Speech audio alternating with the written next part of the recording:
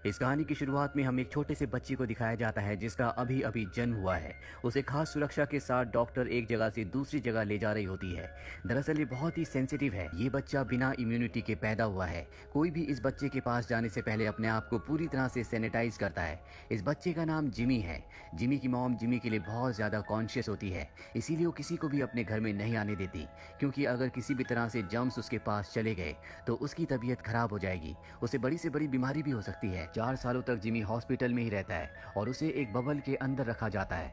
4 सालों के बाद जब उसे घर लाया जाता है तो उसके बेड के ऊपर भी एक बहुत बड़ा बबल होता है ताकि कोई भी जर्म्स, कोई भी वायरस उस तक ना पहुंच पाए। और उसी में 2 हाथ लगे होते हैं जो कि ग्लव्स की तरह होते हैं। जिमी के माँ बाप उन हाथों के अंदर, उन ग्लव्स के अंदर अपने हाथ डालकर अपने बेटे को छू सकते हैं। इनके पास एक मशीन भी होती है जिससे किसी भी चीज को पूरी तरह से जर्म्स फ्री किया जाता है, यानी कि सैनिटाइज किया जाता है। जिमी की जिंदगी जैसे एक बबल के अंदर कैद होकर रह गई हो। उसे बाहर की दुनिया के बारे में कुछ नहीं पता, क्योंकि वो अपनी पूरी जिंदगी में कभी भी बाहर नहीं गया। उसकी मॉम उससे बहुत प्यार करती है, लेकिन वो एक नेशनलिस्ट है, इसीलिए जो उसकी विचारधारा होती है उसी चीज के बारे में वो अपने बेटे जिमी को बताती है। जिमी के बारे में आस पड़ोस के हर एक बच्चे को पता होता है, लेकिन उसके साथ कोई भी सिंपैथी नहीं करता, बल्कि उसका मजाक उड़ाया जाता है। खिड़की से बाहर जब जिमी देखता है तो वहां पर 3 बच्चे होते हैं जिन्होंने अपने आप को प्लास्टिक के अंदर कवर किया होता है। दरअसल वो जिमी का मजाक उड़ा रहे होते हैं। जिमी की जिंदगी 4 दीवारों के अंदर कैद होकर रह गई है। इसी तरह से वक्त बीतता है और अब जिमी 16 साल का हो चुका है। और एक दिन जब वो खिड़की से बाहर देखता है तो वहां पर एक लड़की आई होती है जो इनके नेबर में रहने के लिए आई है। इस लड़की का नाम जोई होता है।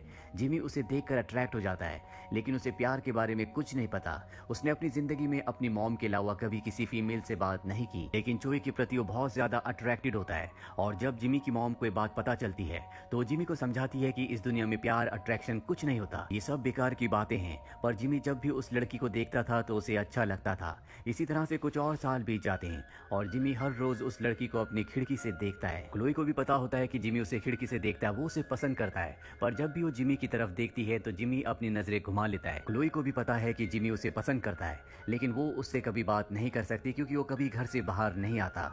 और अब क्लोई के जो दोस्त होते हैं वो जिमी का मजाक उड़ाते हैं। वो कहते हैं कि वो एक बबल बॉय है, वो हमेशा एक बलून के, एक बबल के अंदर कैद रहता है। क्लोई को अपने दोस्तों की ये बात बिल्कुल अच्छी नहीं लगती, क्योंकि वो जिमी के बारे में कुछ भी गलत नहीं सुनना चाहती, इसीलिए वो वहां से चली जाती है। और अब वो तय करती है कि वो जिमी के घर जाएगी।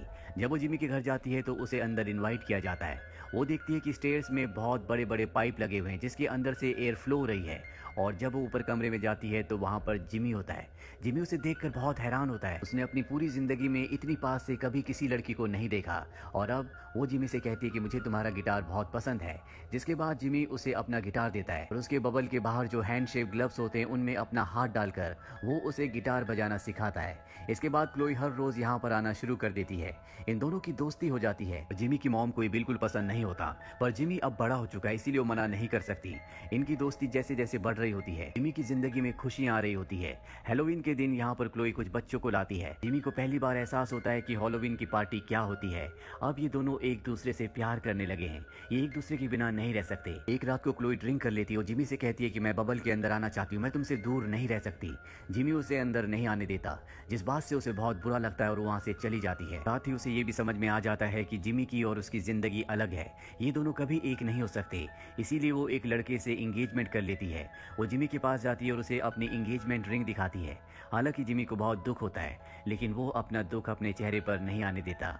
बहुत जल्दी अब क्लोई की शादी होने वाली है। हालांकि उसे भी इस बात का दुख है क्योंकि वो जिमी से प्यार करती है। जिमी को उसने एक गिनी पिग भी दिया होता है जो जिमी की तरह एक बबल के अंदर बंद होता है। जिमी उसके गिनी पिग को उसे वापस कर देता है। क्लोई ने उसे यहाँ पर एक गिफ्ट भी दिया होता है और जब क्लोई के जाने के बाद वो उस गिफ्ट को खोलता है तो ये एक स्नो ग्लोब होता है जिसके अंदर लिखा होता है आई लव यू, जिसे देखकर उसे बहुत खुशी होती है। दरअसल वो ये तो जानता था कि क्लोई उसे पसंद करती है, लेकिन क्लोई ने पहली बार उसे आई लव यू कहा है। और अब वो तय करता है कि वो किसी भी कीमत पर इस बबल से बाहर निकलेगा और नायग्रा फॉल्स जहाँ पर उसकी शादी होने वाली है उसकी शादी रोककर वो अपने प्यार को हासिल करेगा। इसके बाद वो अपने लिए एक ऐसा बबल बनाता है जिसे लेकर वो कहीं भी जा सकता है और वो अब नायग्रा फॉल्स जाना चाहता है। वो बस की टिकट लेने के लिए टिकट काउंटर पर जाता है, लेकिन वो पैसे घर ही भूल गया होता है। और अब वो जब सड़क पर आता है तभी उसे एक बस हिट कर देती है, पर अपने बबल की वजह से वो बच जाता है। बस से कुछ कुछ लोग नीचे उतरते हैं और जिमी को कहते हैं कि हम तुम्हें लिफ्ट दे सकते हैं।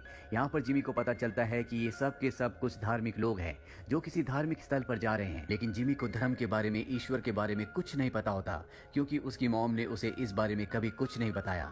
इसीलिए वो उन लोगों से अजीब अजीब से सवाल पूछता है जिससे उनकी धार्मिक आस्था को ठेस पहुंचती है और वो जिमी को बस से नीचे फेंक देते हैं। इसके बाद यहाँ पर एक आदमी आता है जो बाइक पर होता है, इसका नाम स्लिम है। जिमी उसे अपनी जिंदगी के बारे में, अपने प्यार के बारे में बताता है, जिससे वो बहुत ज्यादा इमोशनल हो जाता है और वो भी जिमी को अपनी एक्स गर्लफ्रेंड के बारे में बताता है और अब वो जिमी को अपने साथ अपनी बाइक में बिठाकर उसके आगे के सफर पर ले चलता है। वहीं हमें उस धार्मिक ग्रुप को दिखाया जाता है जो अब उस जगह पहुंच चुके हैं जहां पर उनके धार्मिक गुरु हैं। वो उन सबको पत्थर के ऊपर एक चित्र दिखाते हैं जिसके चारों तरफ उसी तरह का एक सर्कल होता है जिस तरह का जिमी के चारों तरफ उसका सुरक्षा बलून था, और वो बताते हैं कि ये कोई आम इंसान नहीं है बल्कि ईश्वर ने इसे हमारी दुनिया में भेजा है, इसे इंसानों की मदद की जरूरत है। वहीं जिमी को दिखाया जाता है जो अपने दोस्त स्लिम के साथ अब वेगस पहुंच चुका है जहां पर एक कैसीनो में जाते हैं और ये वहां पर बहुत एंजॉय करते हैं। जिमी को ये सब बहुत अच्छा लगता है क्योंकि उसने कभी भी लाइफ को इस तरह से एंजॉय नहीं किया, पर उसे अब यहाँ से जाना होगा क्योंकि 2 दिन बाद क्लोई की शादी है। इसीलिए एक स्कूटर लेकर वो यहाँ से निकल जाता है। और तभी रास्ते में उसके माता पिता जो उसे ढूंढ रहे होते हैं वो उसे देख लेते हैं। जिमी उनकी गाड़ी से टकरा जाता है और बलून के अंदर यानी कि उस सुरक्षा कवच के अंदर होने की वजह से वो उछलता हुआ एक ट्रेन के अंदर चला जाता है जहाँ पर बहुत ही अजीब लोग होते हैं और वो बताते हैं कि हमारा जो मास्टर, हमारा जो बॉस है, उसने हमें यहाँ पर पकड़ा हुआ है, वो हमें अपने शो में काम करवाता है। और अब जिमी को उसके पास ले जाया जाता है जो कि एक छोटे कद का इंसान होता है। जिमी गलती से उसे नीचे गिरा देता है और यहाँ पर उसने जितने भी लोगों को कैद किया होता है सबको आजाद करवा देता है। इसके बाद जिमी नायग्रा फॉल्स के लिए निकल पड़ता है जहाँ पर क्लोई की शादी होने वाली है, लेकिन वो वहाँ कैसे पहुंचेगा उसे कुछ नहीं पता।